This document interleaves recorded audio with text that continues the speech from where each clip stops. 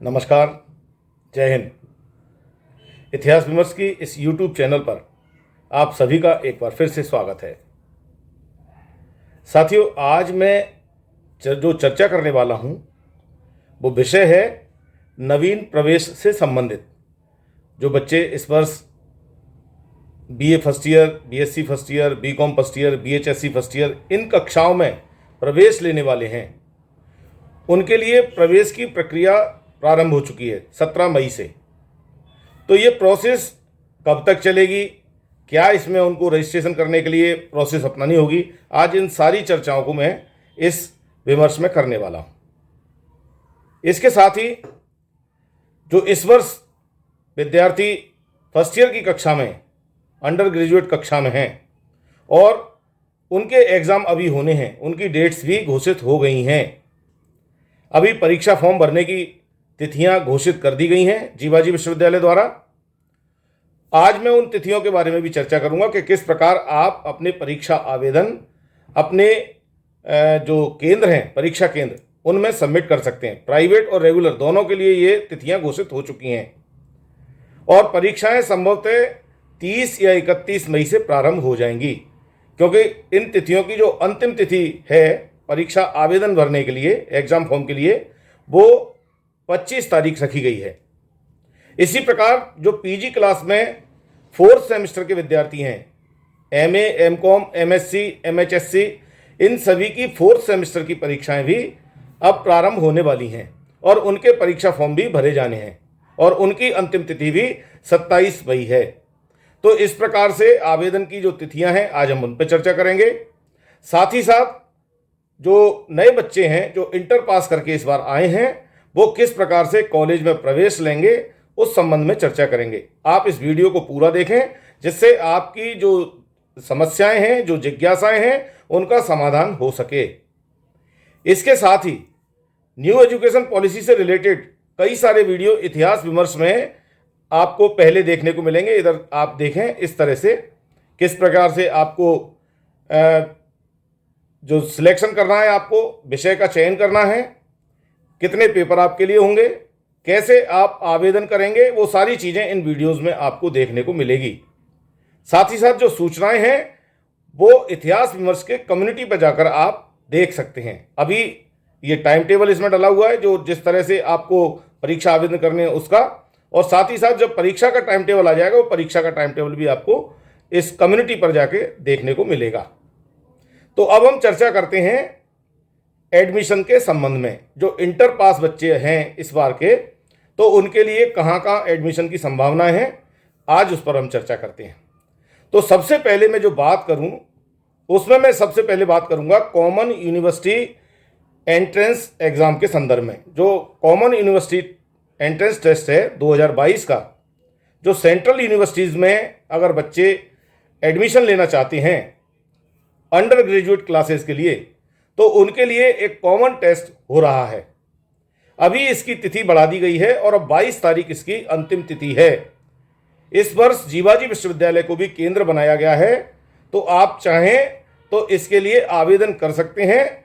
इसके संदर्भ में सबसे पहले मैं चर्चा करूंगा। आप देखें, ये मैं इसमें लिस्ट दिखा रहा हूं, इसको आप देखते जाइए और इसके आधार पर अपना एक्शन लीजिए कि किस प्रकार से आपको विभिन्न यूनिवर्सिटीज़ में, जो सेंट्रल यूनिवर्सिटीज़ हैं, अब आपको हर यूनिवर्सिटी में अलग अलग आवेदन देने की आवश्यकता नहीं है। आप एक एंट्रेंस एग्ज़ाम यदि पास करते हैं तो आपको मेरिट के आधार पर प्रवेश की पात्रता रहेगी। साथ ही साथ ये सारी यूनिवर्सिटीज़ अपने जो ओपन एंट्रेंस एग्ज़ाम कराते हैं वो भी कराएंगे। तो ये सभी बच्चों को एक जगह अवसर मिलने का ये मौका है, तो आप इसको देखें। तो सबसे पहले हम बात करते हैं कॉमन यूनिवर्सिटी एंट्रेंस टेस्ट 2022 की। इसको शॉर्टकट में कहते हैं CUET। इसके लिए आवेदन करने की अंतिम तिथि अब बढ़ा दी गई है। आवेदन की अंतिम तिथि 22 मई 2022 है। NTA ने आधिकारिक वेबसाइट CUET.samarth.ac.in पर ऑनलाइन मोड में पंजीकृत उम्मीदवारों को 25 से 31 मई तक CUET 2022 आवेदन सुधार window CUET-2022 application form correction window की सुविधा भी प्रदान की है। सभी केंद्रीय यूनिवर्सिटीज़ के अंडर ग्रेजुएट प्रोग्राम में प्रवेश के लिए NTA द्वारा कॉमन यूनिवर्सिटी एंट्रेंस टेस्ट का आयोजन किया जा रहा है। इसके लिए आवेदन शुल्क का भुगतान credit card, net banking, debit card या UPA के माध्यम से करना होगा। देश भर के 543 शहरों के CUET परीक्षा केंद्रों पर यह एंट्रेंस एग्ज़ाम आयोजित किया जाएगा। देश के बाहर भी 13 शहरों में इसके लिए परीक्षा सेंटर बनाए गए हैं। इस वर्ष ग्वालियर की जीवाजी यूनिवर्सिटी को भी परीक्षा केंद्र बनाया गया है। नेशनल टेस्टिंग एजेंसी अर्थात NTA द्वारा इस परीक्षा से संबंधित गाइडलाइंस भी जारी कर दी गई हैं। 44 केंद्र और 77 राज्य स्तरीय विश्वविद्यालयों में 80 से ज़्यादा विषयों में के स्नातक पाठ्यक्रम में प्रवेश को लेकर परीक्षाएं आयोजित होंगी।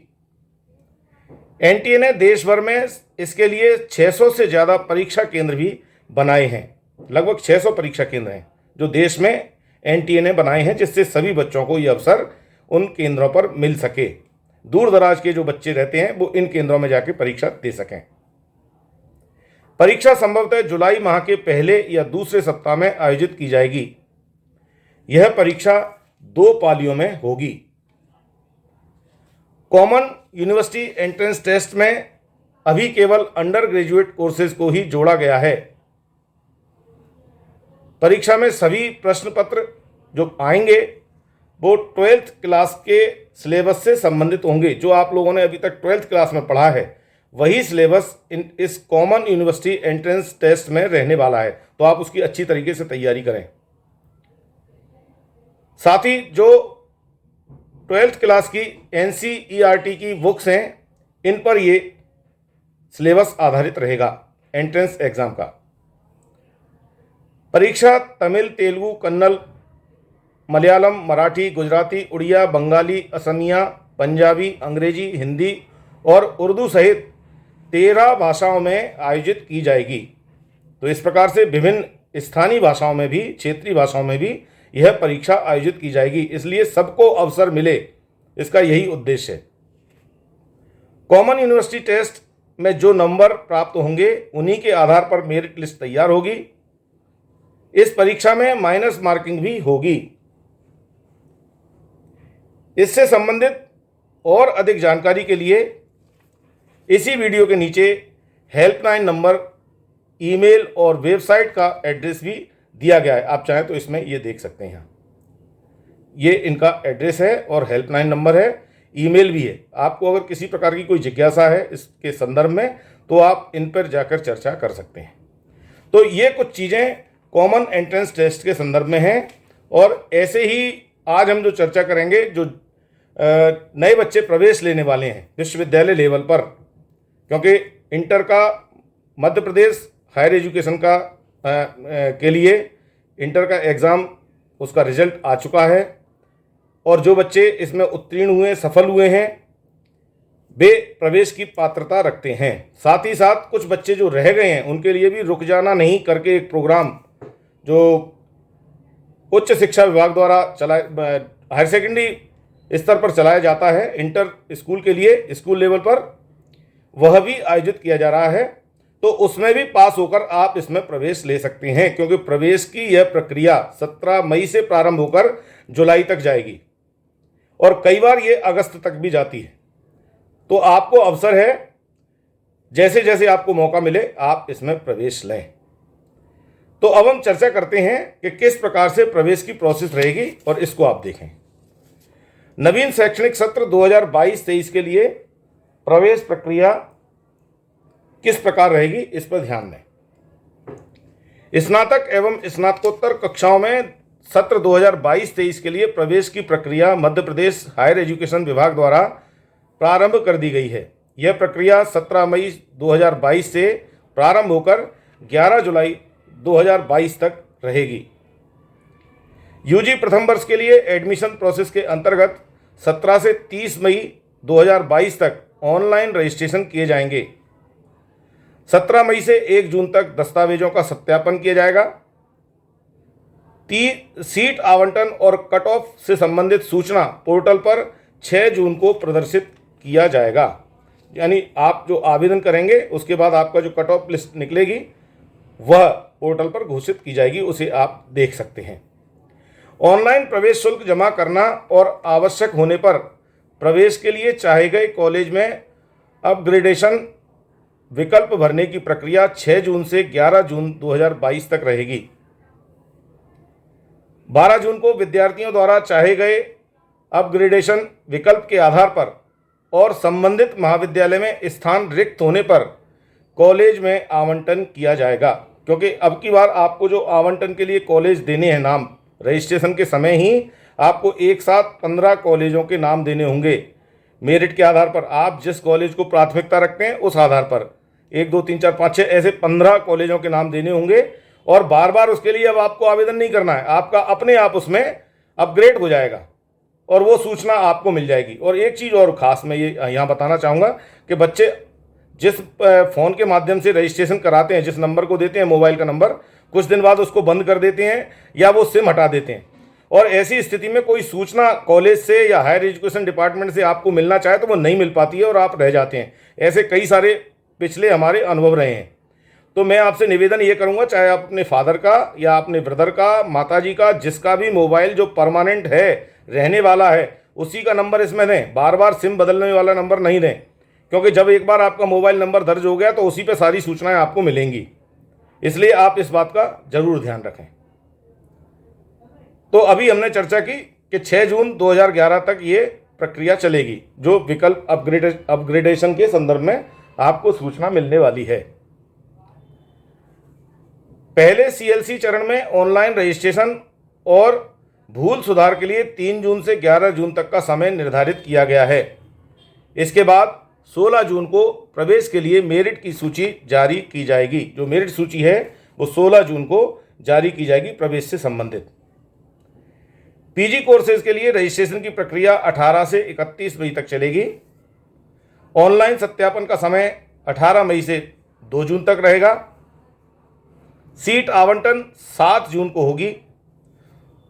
14 जून को अपग्रेडेशन कॉलेज आवंटित किए जाएंगे और 17 जून को ही मेरिट लिस्ट जो है वो जारी कर दी जाएगी। तो उसके आधार पर आप अपना प्रवेश ले सकते हैं जिस कॉलेज में आप चाहें। बल्कि मैं तो आपसे ये कहूँगा कि पहले मौके पे ही जैसे आपको मौका मिले आपको प्रवेश ले लेना चाहिए, क्योंकि बाद की स्थिति में ये जो संघर्ष है वो बढ़ता जाता है और बच्चे बाद में पहले कहीं ट्राई करते रहते हैं अलग अलग यूनिवर्सिटीज़ में, और वहाँ जब नहीं होता तो वो दोबारा यहाँ आते हैं तो उनको मौका मिल जाता है और हम रह जाते हैं। तो अगर आपके किसी प्रकार से परसेंटेज कम है, बहुत अधिक नहीं है, तो आपको जब जिस कॉलेज में मौका मिले उसमें आपको एडमिशन लेना चाहिए। अब कॉलेज का चयन कैसे करें, ये बहुत बड़ी बात है।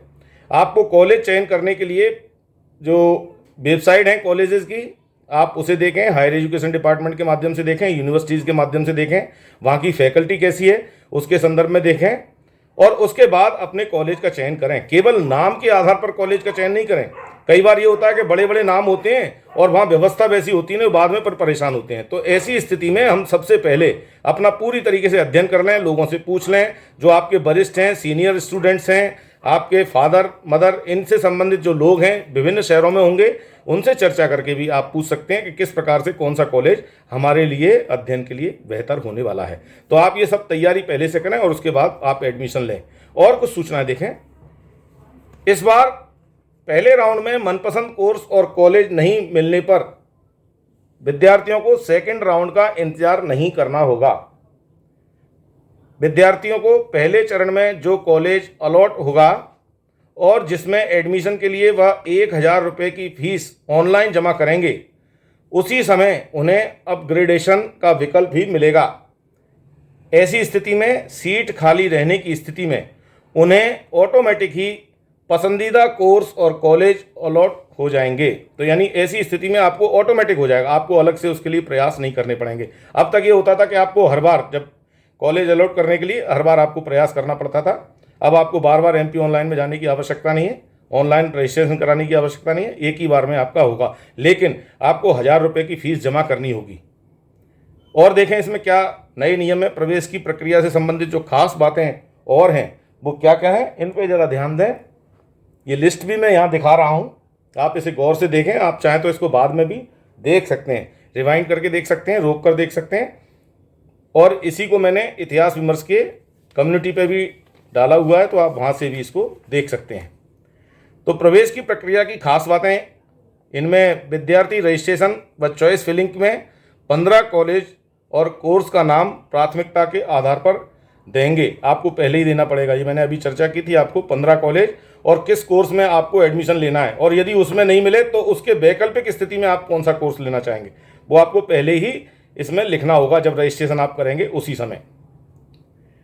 पहली सूची में इन्हीं 15 में से किसी एक महाविद्यालय में आपको अलॉटमेंट मिलेगा कॉलेज का, और वो आपको अलॉटमेंट लेटर निकालना है। वो सारी प्रक्रिया प्रवेश की कैसी रहेगी अभी आपको अभी अवसर नहीं आएगा, लेकिन कुछ दिन बाद आपको आएगा, तो आप इस वीडियो को देख सकते हैं। पिछले वर्ष भी इसी प्रकार की प्रक्रिया थी, ये वीडियो आप देखें। कॉलेज में आप विषय चयन कैसे करें, अलॉटमेंट लेटर कैसे निकालें, वो सारी प्रक्रिया ये है। साथ ही साथ न्यू एजुकेशन पॉलिसी क्या है और इसमें कैसे चेंजेस हुए, क्या क्या चेंजेस हुए, वो इस वीडियो के माध्यम से आप देख सकते हैं। और वैसे भी इतिहास विमर्श में कई सारे ऐसे वीडियो हैं जो न्यू एजुकेशन पॉलिसी से रिलेटेड हैं, आप चाहें तो उनका अध्ययन कर सकते हैं, और आपको करना भी चाहिए, क्योंकि वो आपके भविष्य में काम आने वाला है। किस प्रकार से पहली साल आपको प्रमाण पत्र मिलेगा, कैसे दूसरी साल आपको डिप्लोमा मिलेगा, कैसे तीसरी साल आपको डिग्री मिलेगी, कैसे चौथी साल आपको जो ऑनर्स की उपाधि मिलेगी विथ रिसर्च। चाहे आप बीकॉम कर रहे हैं तो BCom honours with research, BA कर रहे हैं तो BA honours with research, BSc कर रहे हैं तो बीएससी ऑनर्स विथ रिसर्च, तो वो चौथे साल की डिग्री आपकी रहेगी।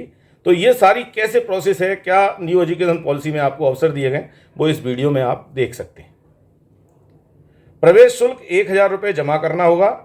शेष राशि संबंधित महाविद्यालय में 3 किस्तों में आपको जमा करनी होगी, यानी पहले आपको 1000 रुपये से प्रवेश लेना होगा, और जब आपका प्रवेश पक्का हो जाएगा और आपको महाविद्यालय अलॉट हो जाएंगे, तो उस समय आपको महाविद्यालय में जाकर 3 किस्तों में अपनी शेष राशि जमा करनी होगी। जो भी एडमिशन फीस होगी वो आपको जमा करनी होगी। आवेदक को ऑनलाइन प्रवेश प्रक्रिया में सभी प्रकार के दस्तावेज, अंक सूची इत्यादि जो भी है, टीसीवीसी जो भी आपके पास है, या आधार कार्ड है, टीसी है और अन्य कागज, उनको स्कैन करके अटैच करने होंगे, जिनका सत्यापन भी ऑनलाइन शासकीय महाविद्यालयों के हेल्प सेंटर द्वारा किया जाएगा। जिन विद्यार्थियों के दस्तावेज स्पष्ट नहीं होंगे, उन्हें अपने मूल दस्तावेजों के साथ संबंधित हेल्प सेंटर वाले अपने जो महाविद्यालय हैं, शासकीय महाविद्यालय, उनमें स्वयं ही प्रस्तुत होना होगा, स्वयं बताना होगा कि किस कारण से आपके वो दस्तावेज अपलोड नहीं हो पाए, और उनको स्वयं फिर उसको दिखाना होगा हेल्प सेंटर पर जा, किसी भी शासकीय महाविद्यालय में। यदि किसी कारणवश विद्यार्थी अपना आवेदन निरस्त कराना चाहे तो 100 रुपये काटकर शेष राशि 10 कार्य दिवस के भीतर महाविद्यालय द्वारा छात्र को वापस कर दी जाएगी।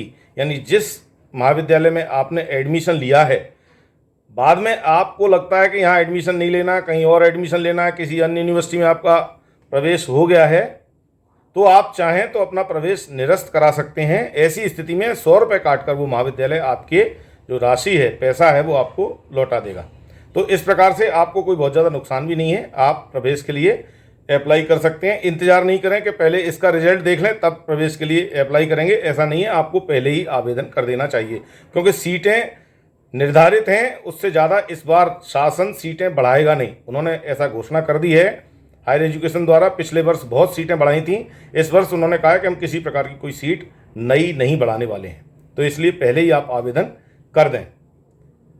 जिन विद्यार्थियों ने कोविड-19 में अपने माता पिता को खोया है, उनको शासकीय व अनुदानित महाविद्यालय में निःशुल्क प्रवेश की पात्रता रहेगी। उन्हें निःशुल्क, उनकी फीस नहीं लगेगी। तो ऐसे विद्यार्थी अपने डॉक्यूमेंट्स के दौरान वो पेपर भी सबमिट करें जिसमें उनके माता पिता नहीं रहे हैं, ऐसी सूचना हो, तो उनका जो शुल्क है वो माफ़ हो जाएगा, प्रवेश शुल्क माफ़ हो जाएगा। तो इस प्रकार से ये महत्वपूर्ण सूचना है। आप चाहें तो इस सूचना को अपने मित्रों के साथ शेयर कर सकते हैं, अपने ऐसे परिचितों के साथ जिनके बच्चे इस वर्ष फर्स्ट ईयर में एडमिशन लेने वाले हैं, कॉलेज में जाने वाले हैं, उनके साथ इसको शेयर करें। साथ ही साथ जिन लोगों ने अभी तक, जिन युवा साथियों ने अभी तक इतिहास विमर्श को सब्सक्राइब नहीं किया है वे इसे सब्सक्राइब कर सकते हैं, बेल आइकन पर जा सकते हैं और ऑल के ऑप्शन को दबाएं, जिससे इस चैनल के माध्यम से, इतिहास विमर्श के माध्यम से जो भी सूचनाएं मैं समय समय पर लाता हूं वो आपको सबसे पहले मिल सकें। आपने ये वीडियो देखा, आपका बहुत बहुत धन्यवाद। जय हिंद।